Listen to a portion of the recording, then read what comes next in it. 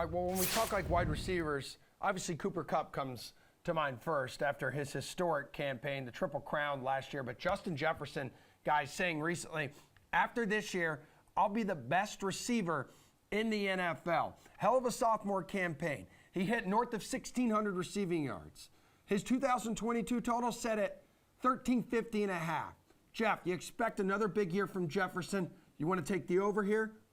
Yeah, I'm all in on Justin Jefferson this year. This guy is basically uncoverable. He's got the open field moves of like an Antonio Brown, but he's big as well. Give me the over on 30-50.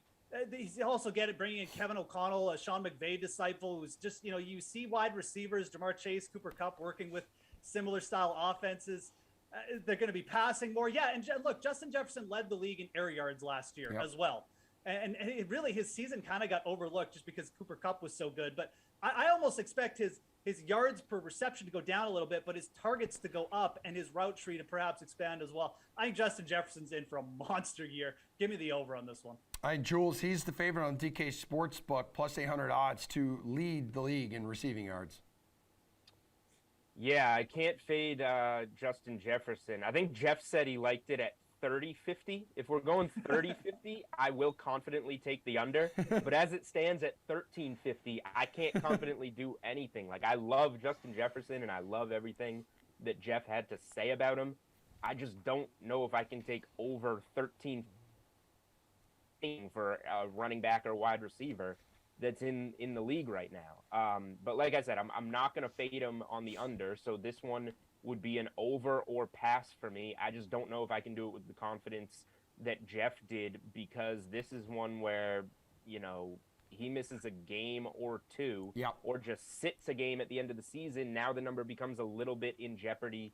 But I love the player, and I think he has a lot of room to grow, maybe not necessarily to get above the 1,600 from last year, but just grow in terms of how good of a football player he is.